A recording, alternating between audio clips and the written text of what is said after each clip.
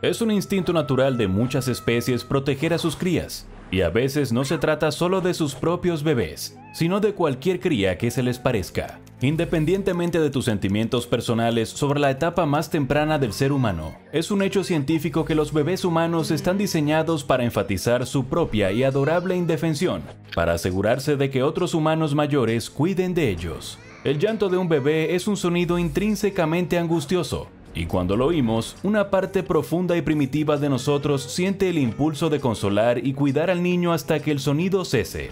Pero, por supuesto, estamos hablando del mundo de la Fundación SCP, donde hay conejos que pueden comer cualquier cosa, osos de peluche que pueden robar tus órganos para hacer duplicados de sí mismos, y fuentes de chocolate llenas de trillones de insectos asesinos. Nada es lo que parece aquí. E incluso las criaturas más inocentes y adorables pueden esconder un secreto mortal. Y el SCP-734 no es una excepción. Hoy hablamos de el bebé. Esta anomalía demuestra que las cosas peligrosas pueden venir en paquetes pequeños. Pero donde otros solo vieron miseria y muerte, la Fundación SCP vio un cierto potencial. Nuestra historia comienza en la sala de maternidad de un hospital de Estados Unidos, donde se estaba desarrollando la peor pesadilla de todo profesional médico. Un agente patógeno desconocido, pero de acción increíblemente rápida, parecía estar proliferando entre la población del hospital. Comenzó cuando los pacientes que ni siquiera estaban ingresados por problemas dermatológicos empezaron a quejarse de fuertes picores y de un dolor extremo en la piel. Algunas enfermeras y médicos de la sala de maternidad empezaron a experimentar síntomas similares, así como uno de los bebés, lo que llevó a un esfuerzo masivo de cuarentena. Aunque los síntomas iniciales parecían limitarse a un fuerte dolor y malestar en partes aisladas de la piel, el estado de los afectados pronto se agravó. La piel comenzó a desprenderse desordenadamente a medida que las células que la componían perdían cohesión física y morían.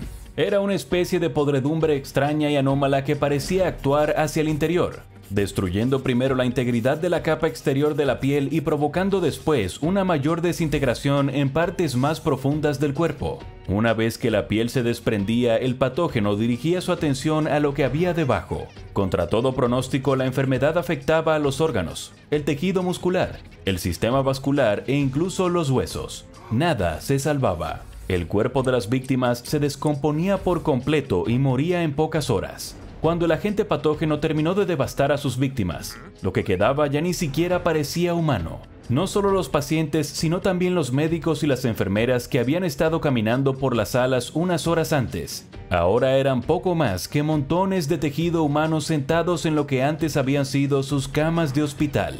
Fuera lo que fuera, parecía la infección que más rápido progresaba en la historia. El personal y los administradores del hospital estaban aterrorizados. Parecía ser una enfermedad totalmente nueva, con una misteriosa forma de transmisión y, lo peor de todo, sin cura. Se sintieron aún más confusos cuando varias furgonetas negras se detuvieron frente al hospital y misteriosos hombres con trajes de protección contra materiales peligrosos salieron y comenzaron a establecer una zona de cuarentena alrededor de todo el edificio. Quienquiera que fuera esta extraña gente definitivamente no era el CDC. Poco sabía el personal del hospital que este era el grupo que nunca quieres que aparezca y ponga tu ubicación en el bloqueo. Era la Fundación SCP. Los restos infectados de las víctimas fueron retirados con fines de investigación, y los agentes de la fundación comenzaron inmediatamente a realizar entrevistas con los testigos. Pronto determinaron, a partir de una mezcla de relatos de testigos y de imágenes de vigilancia del hospital, que todos los infectados por el misterioso patógeno habían estado en una sección concreta de la sala de maternidad ese mismo día.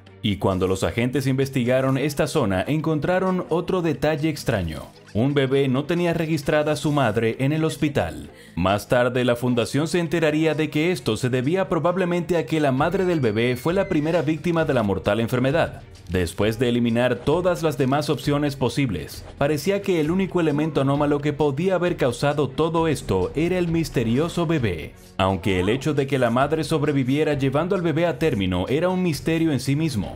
El bebé era un varón caucásico de entre 7 y 8 meses de edad. No había nada aparentemente anómalo en el niño, pero pudieron confirmar que todas las víctimas del patógeno anómalo habían estado en contacto físico con el niño ese mismo día. Todos los que habían estado en el hospital recibieron tratamiento amnésico y la fundación construyó historias de encubrimiento plausibles para las muertes que habían ocurrido ese día. Como tantos otros antes, el bebé fue asegurado y llevado al centro de contención de la fundación más cercano. Allí se le reclasificó como SCP-734 y por fin pudieron comenzar las verdaderas pruebas sobre lo que era capaz de hacer este bebé. Desde el punto de vista fisiológico, SCP-734 parecía no tener anomalías. El bebé tenía una inteligencia y una aptitud física por encima de la media para un bebé de su edad, pero por lo demás no mostraba mutaciones o anomalías que sugirieran una divergencia de la biología humana típica. A pesar de la gran cantidad de pruebas realizadas por la Fundación en prácticamente todos los aspectos de la biología del 734, no pudieron encontrar nada que indicara el origen del misterioso patógeno. Pero a través de algunas pruebas y errores extremadamente costosos, la Fundación pudo aprender más sobre cómo funcionaba exactamente el patógeno. El único vector de transmisión parece ser el contacto directo con el propio bebé, hasta los fluidos y residuos que deja. Los afectados no pueden transmitir el efecto anómalo de descamación a otros, lo que significa que el riesgo de epidemia es aliviadamente mínimo. Pero, por supuesto, los accidentes siguen ocurriendo, como se descubrió cuando una agente perdió su simpatía por el bebé y decidió quitarse la máscara mientras interactuaba con él. Su lógica era que su cara enmascarada podría haber causado algún tipo de angustia al bebé, y mientras solo entrara en contacto con él a través de sus propias manos enguantadas, todo estaría bien. Pero algunas partículas de polvo flotaban en el aire en ese momento y SCP-734 estornudó en su cara. La agente comenzó a gritar de dolor y a retroceder ante el bebé, pero ya era demasiado tarde. Su destino estaba sellado. La llevaron a la enfermería y le dieron sedantes para que pudiera morir con el menor dolor posible. En aproximadamente el 72% de los casos, la amputación de las zonas afectadas ha evitado que todo el cuerpo sucumba a los efectos anómalos de SCP-734. Pero esto no es precisamente factible cuando el punto de contacto es la cabeza de la víctima. A las pocas horas, la carne de la agente se había desprendido de su cara, dejándola como una calavera roja y ensangrentada. Unas horas después, ya no tenía cabeza. A lo largo del proceso de desintegración de esta desafortunada agente, la Fundación tomó espeluznantes fotografías. Estas fotografías se muestran a todos los que se preparan para trabajar en el proyecto de investigación SCP-734, para enseñarles una dura lección sobre la importancia de respetar los protocolos de seguridad adecuados. Y estos protocolos sobre cómo tratar con el bebé son increíblemente estrictos, dado que incluso el contacto incidental suele ser una sentencia de muerte. Cualquiera que entre en la cámara de contención del bebé tiene que llevar trajes para atmósferas contenidas. Cualquier persona que entre en contacto físico con el bebé, incluso cuando esté vestido, será retirada inmediatamente de la zona y sometida a varias horas de cuarentena y observación. Incluso los objetos inanimados que han estado dentro de la cámara de contención deben ser esterilizados a fondo antes de ser retirados. Dado que incluso los niños anómalos como SCP-734 tienen necesidades muy delicadas, siempre hay un manipulador con equipo completo para cuidar del bebé. Estos manipuladores rotan cada hora para mantener el estado de alerta y la seguridad. Estos cuidadores alimentan y cambian a SCP-734 con regularidad, y a veces incluso le proporcionan juguetes que han sido aprobados por el Consejo del O5. La Fundación ha hecho todo lo posible por mantener a SCP-734 vivo y cómodo, porque creen que SCP-734 podría ser un activo importante para ellos en el futuro. O, más concretamente, ven un gran valor estratégico en la sangre de SCP-734.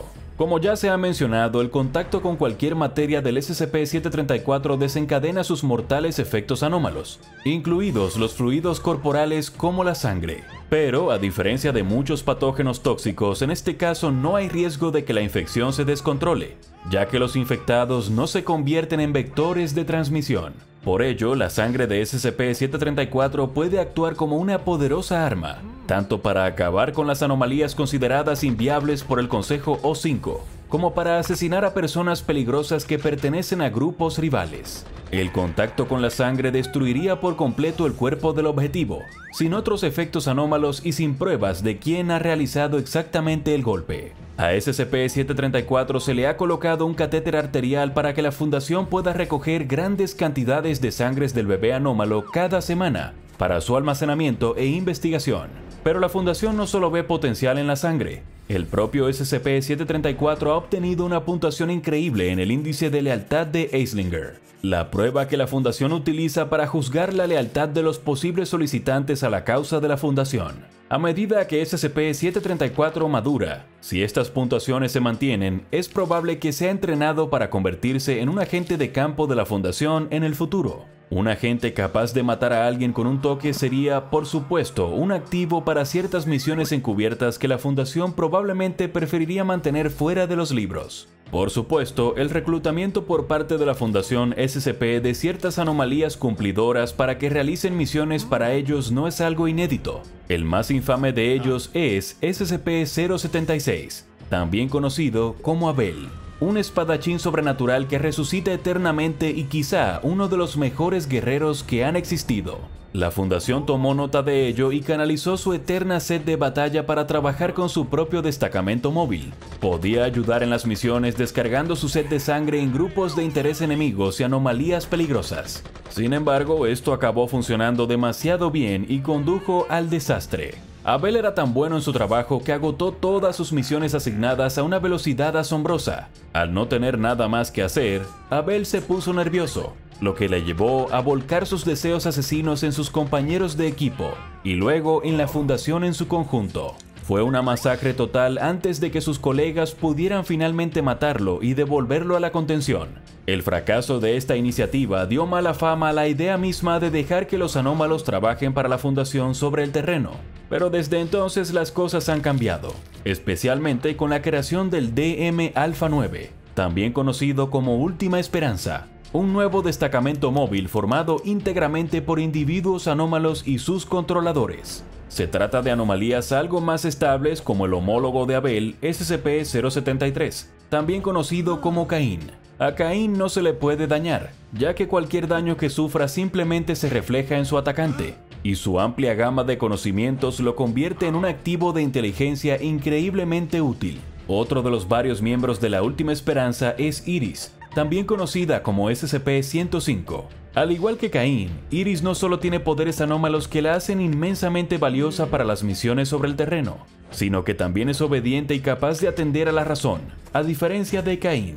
Sus habilidades incluyen la capacidad de vigilar activamente e incluso interactuar con las fotos de cualquier lugar, especialmente cuando se toman con su cámara anómala. Algún día, SCP-734 podría contarse entre otros agentes anómalos de la Fundación como estos, siempre que siga siendo prometedor y no desarrolle una aversión a la Fundación a medida que envejece, ya que después de todo no será un bebé para siempre. Así que si alguna vez te encuentras en el lado malo de la Fundación, tienes una buena razón para estar paranoico.